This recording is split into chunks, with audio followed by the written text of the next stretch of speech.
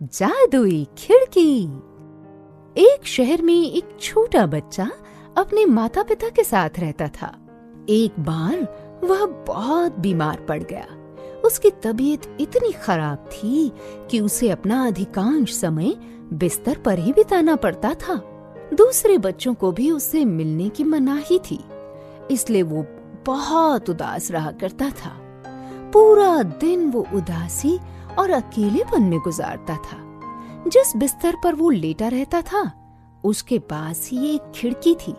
बस वहीं लेटे लेटे वो खिड़की के बाहर देखा करता था। समय इसी तरह बीत रहा था और उसकी उदासी बढ़ती जा रही थी।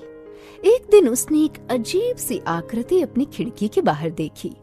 वो एक पेंगुइन थी जो सैंडविच खा रही थी।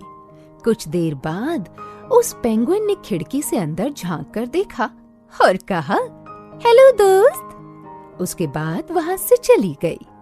ये सब देखकर बच्चा हैरान था। वो सोच ही रहा था कि ये क्या हुआ कि उसने फिर से खिड़की के बाहर एक बंदर को देखा जो गुब्बारा फुला रहा था। उसके बाद से हर दिन उसे अपनी खिड़की के बाहर ऐसे ही अजीबोगरीब और मजेदार कार्टून कैरेक्टर दिखने लगे और अपनी मजेदार हरकतों से उसे हंसाने लगे। बच्चे को ये सब देखकर बड़ा मजा आता था और वो खुश होकर खूब हंसता था। कभी उसे हाथी झूम झूम कर नाचता हुआ दिखता, तो कभी बिल्ली चश्मा लगाकर किताब पढ़ते हुए दिखती, कभी कुत्ता मस्ती करते हुए दिखता, तो कभी खरगोश उछलते कूदते हुए दिखता।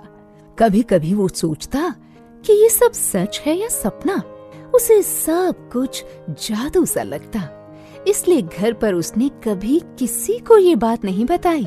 उसे लगता था कि कोई उस पर यकीन नहीं करेगा। जब से उसे अपनी खिड़की पर ये मजेदार नजारे दिखने लगे, उसकी उदासी दूर होने लगी। अब वो खुश रहने लगा। इसका असर ये हुआ कि उसकी सेहत में बहुत जल्दी सुधार आने लगा। कुछ दिनों में वो पूरी तरह से ठीक हो गया और स्कूल जाने लगा। स्कूल जाने के बाद उसने अपने सबसे अच्छे दोस्त से इस घटना का जिक्र किया। जब वो उसे ये सब बता रहा था, तभी उसे अपने दोस्त के स्कूल बैग में कुछ रंग बिरंगा सा दिखाई पड़ा। बहुत जोर देकर पूछने पर उसके दोस्त ने उसे दिखाया कि उसके बैग में क्या है। उस बैग के अंदर कई रंग बिरंगे फैंसी ड्रेस के कपड़े थे, जिसे पहनकर वो रोज उस बच्चे की खिड़की पर जाकर अपनी हरकतों से उसे हंसाता था।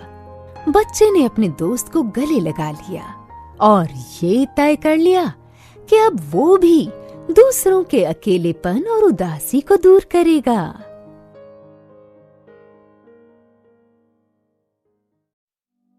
जादुई वस्त्र।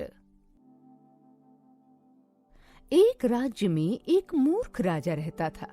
अपने पूर्वजों के दिए राज्य व धन दौलत के बूते पर वो राज्य की राजगद्दी पर तो बैठ गया, लेकिन अपनी मूर्खता के कारण राज्य में कोई भी राजा को मूर्ख बनाकर अपना काम निकाल लेता था। अपनी मूर्खता के चलते वो किसी पर भी क्रोध करने लगता और किसी को भी मृत्यु दंड दे देता था। राजा के इस स्वभाव से पूरा राज्य दुखी था और उसी राज्य में चंदूमल नाम का एक व्यापारी रहता था। वो बहुत ही होशियार था।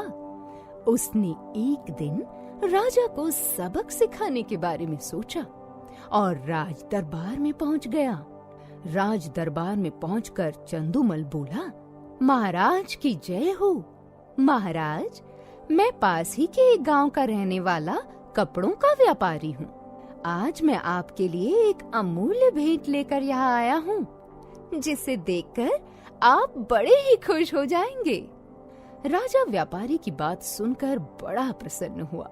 राजा ने व्यापारी से भेंट स्वीकार करने का आश्वासन देते हुए भेंट राज दरबार में प्रस्तुत करने का आदेश दिया। राजा की बात सुनकर व्यापारी बोला, महाराज, मुझे अपने पूर्वजों ने एक अमूल्य वस्त्र उपहार में दिया है, जो बहुत ही खूबसूरत और जादुई है।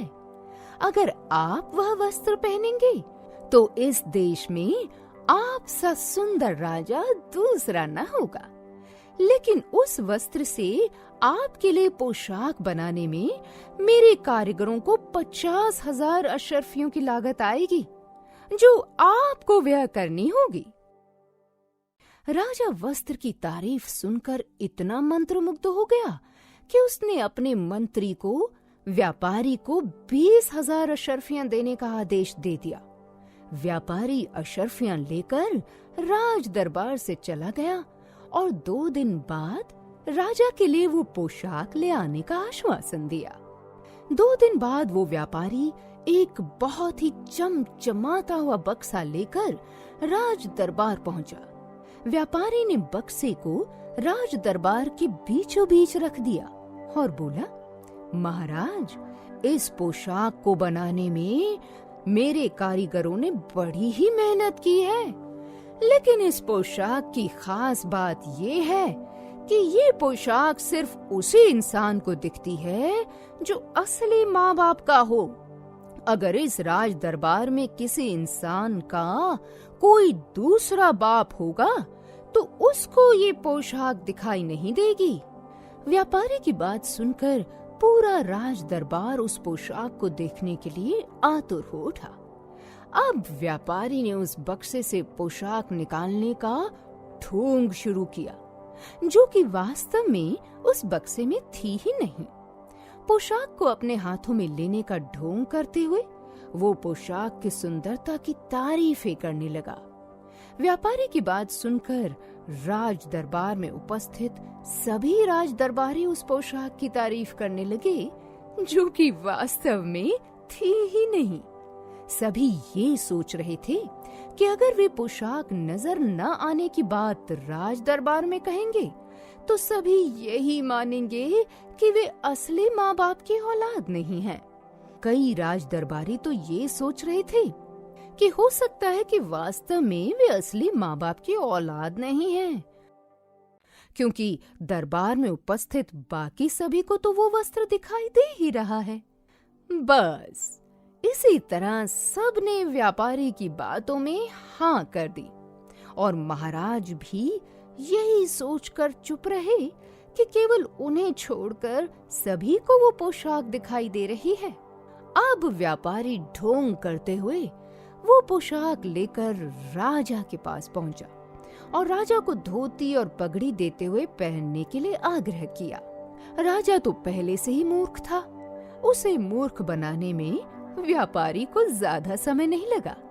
अब मंजर कुछ ऐसा था कि राजा जी जैसे इस धरती पर आए थे ठीक वैसे ही हो गए, यानी कि पूरे निर्वस्त्र।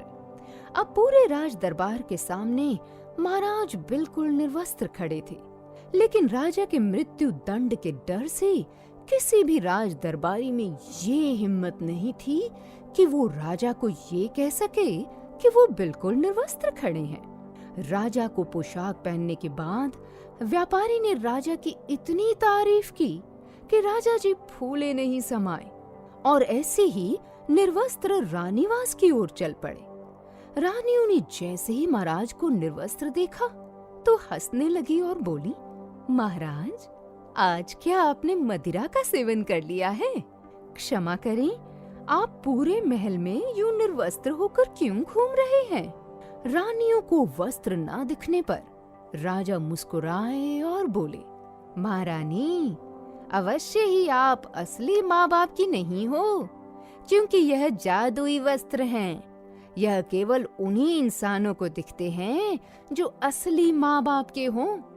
आपने मुझसे इतनी बड़ी बात क्यों छिपाए रखी? आप नाजायज हैं और महल में नाजायज को रहने का कोई हक नहीं। इसीलिए हम अभी और इसी वक्त आपको महल से बाहर करते हैं। बस इतना कहकर राजा ने अपने सैनिकों को आदेश देकर रानी को महल से बाहर कर दिया।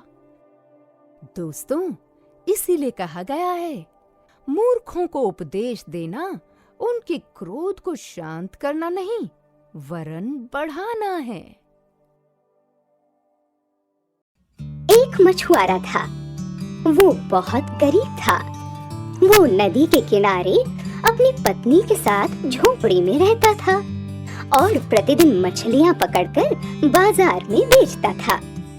एक दिन उस मछुआरे ने नदी में जाल डाला तो उसमें एक बहुत बड़ी और सुंदर मछली फंस गई। जब वो जाल में फंसी हुई मछली को पानी से बाहर निकालने लगा तो उस मछली ने कहा, मैं मछली नहीं हूँ, मैं एक जल परी हूँ।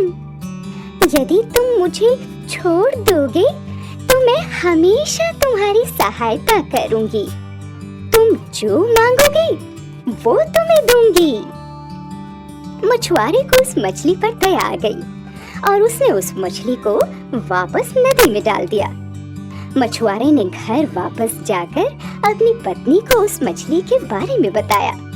मछुआरे की पत्नी ने कहा, तुमने उस मछली से कुछ मांगा क्यों नहीं? तुम अभी वापस जाओ और उस मछली से मकान मांगो। मछुआरा नदी पर गया। उसने नदी के किनारे पर खड़े होकर कहा, हे मछली, जल की रानी, सुन ले मेरी कहानी। रूठ गई है पत्नी मेरी, कर पूरी उसकी मनमानी। मछुआरे की आवाज सुनकर वो मछली पानी से बाहर निकली और पूछा, तुम क्या चाहते हो? मछुआरे ने कहा, हे जलपरी, मेरी पत्नी एक सुंदर घर चाहती है। मछली ने कहा, ठीक है, तुम्हारी ये इच्छा पूरी हो जाएगी। इतना कहकर वो पानी में वापस चली गई। जब मछुआरा अपनी झोपड़ी की तरफ वापस लौटा तो उसने झोपड़ी की जगह एक सुंदर मकान देखा। मछुआरे की पत्नी थोड़े दिन तो बहुत खुश रही, लेकिन फिर उदास रहने लगी। एक दिन उसने उदास होकर अपने पति से कहा, तुम उस मछली से कहो कि ये मकान बहुत छोटा है। मेरी पत्नी बड़े मकान में रहना चाहती है। मछुआरा अपनी पत्नी की इच्छा पूरी करने के लिए फिर नदी पर गया और किनारे पर खड़े होकर फिर उसी तरह मछली को बुलाया, हे मछली जल की रानी, सुन ले मेरी कहानी। रूठ गई है पत्नी मेरी, कर पूरी उसकी मनमानी। मछुआरे की ये प्रार्थना सुनकर मछली ने पानी से सिर बाहर निकाला और पूछा, तुम क्या चाहते हो? मछुआरे ने हाथ जोड़कर कहा, मेरी पत्नी कहती है कि हमारा घर छोटा है, हमारा घर बड़ा होना चाहिए। मछली ने कहा, ठीक है, ऐसा ही होगा। मछुआरे ने वापस लौटकर अपने छोटे मकान की जगह एक विशाल भवन देखा। उसके सामने हरी और मुलायम घास का बाग था, जिसमें रंग बिरंगे फूल खिले हुए थे और तरह तरह के फलदार पेड़ हवा में झूम रहे थे। मछुआरे की पत्नी जल्दी ही उस भवन से भी उब गई। अब वो चाहती थी कि मैं रानी बन जाऊं, बहुत सारे नौकर चाकर हूँ, मैं जिधर भी जाऊं लोग मुझे रानी समझकर प्रणाम करें और सम्मान दे। एक दिन उसने अपने पति से अपने मन की बात कही और मछली के पास जाने के लिए कहा। मछुआरा अपनी पत्नी की इच्छा सुनकर चौंक गया। वो जाना नहीं चाहता था, लेकिन उसे पत्नी की हठ के कारण जाना पड़ा। नदी के किनारे खड़े होकर मछुआरे ने पहले की तरह ही मछली को पुकारा।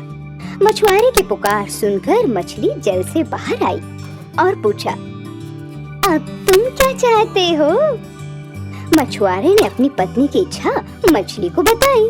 मछली ने कहा, जाओ, ऐसा ही होगा। घर वापस लौटकर मछुआरे ने एक विशाल महल देखा, जिसके द्वार पर सिपाही पहरा दे रहे हैं। चारों तरफ नौकर चाकर घूम रहे हैं और महल के सामने बहुत सुंदर रथ खड़ा है। अब मछुआरे की पत्नी रात दिन यही सोचती रहती कि मछली से अब क्या मांगू। एक दिन प्रातः उसने खिड़की खोलकर बाहर झांका। सूरज निकल रहा था। उसकी सुनहरी किरणें चारों ओर फैल रही थी। नदी का पानी उसके सुनहरे प्रकाश में जगमगा रहा था। पक्षी चहचहा रही थी। चारों तरफ सुगंधित हवा बह रही थी। ये सब देखकर अचानक उसके दिमाग में विचार आया कि सूरज को मेरी आज्ञा माननी चाहिए। मुझे उसकी रानी बनना चाहिए। उसने अपने पति को झंझोर कर जगाया और कहा, अभी मछली के पास जाओ, उससे कहो कि मेरी पत्नी सूरज की रानी बनना चाहती है। पत्नी की ये इच्छा सुनकर मछुआरा सहम गया। उसने अपने पत्नी को समझाने की बहुत कोशिश की, लेकिन वो कोई बात सुनने को तैयार ही नहीं थी। स्वयं को रानी समझकर उसने कहा, मैं तुम्हें आदेश देती हूँ, तुम्हें मेरे आदेश का पालन करना होगा। बेचारा मछुआरा डरता डरता नदी के किनारे पर पहुंचा और कहने लगा, हे मछली जल की रानी, सुन ले मेरी कहानी। रूठ गई है पत्नी मेरी, कर पूरी उसकी मनमानी। मछली ने सिर पानी से बाहर निकाला और बोली, अब तुम्हारी पत्नी क्या चाहती है? मछुआरे ने कहा, मेरी पत्नी सूरज की रानी बनना चाहती है और चाहती है कि सूरज भी उसकी आज्ञा का पालन करे। ये सुनकर मछली को बहुत गुस्सा आया। क्रोधित होते हुए बोली, तुम्हारी पत्नी की इच्छाएं बढ़ती जा रही हैं। वो ये भी सोचना भूल गई है कि क्या मांगना चाहिए और क्या नहीं। मैंने जो कुछ भी दिया, तुम उसके योग्य भी नहीं हो। तुम जैसे पहले थे वैसे ही फिर हो जाओ। ये कहकर मछली पानी में वापस चली गई। मछुआरा शर्म से सिर झुकाए घर की ओर वापस लौटा। उसने देखा उसका महल, नौकर चाकर, बाग बगीचे सब लोप हो चुके थे और उसकी पत्नी फटे पुराने कपड़े पहने हुए झोपड़ी में झाड़ू लगा रही है।